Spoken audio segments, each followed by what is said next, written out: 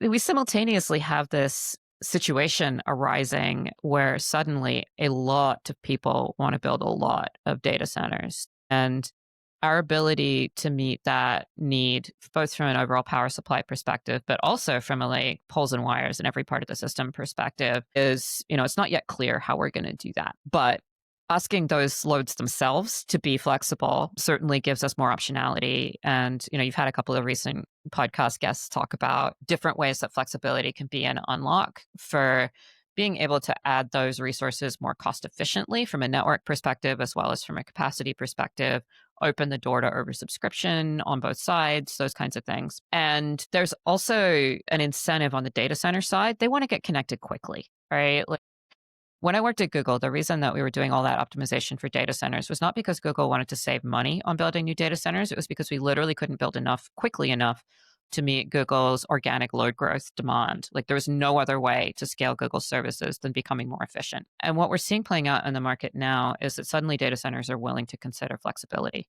They're like, hey, if I could flex could I get connected sooner?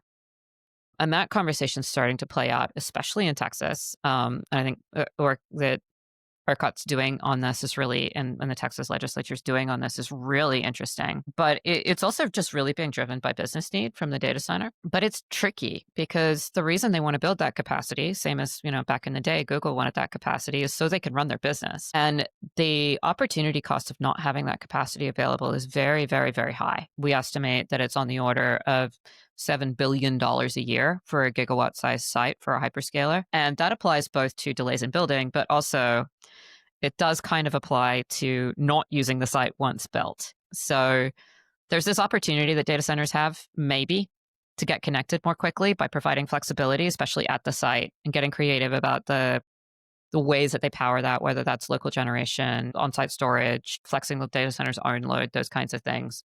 But I think there's also a really interesting opportunity to leverage other kinds of flexibility. So we've started to see this emerge. There was an announcement just this week from Voltus and Cloverleaf that they've put together a third-party VPP program to provide flexibility basically alongside, but entirely separately from the data center itself to start offsetting some of that load. And I think that's really interesting because data centers fundamentally are not really budget constrained for getting these things built. They're really time constrained.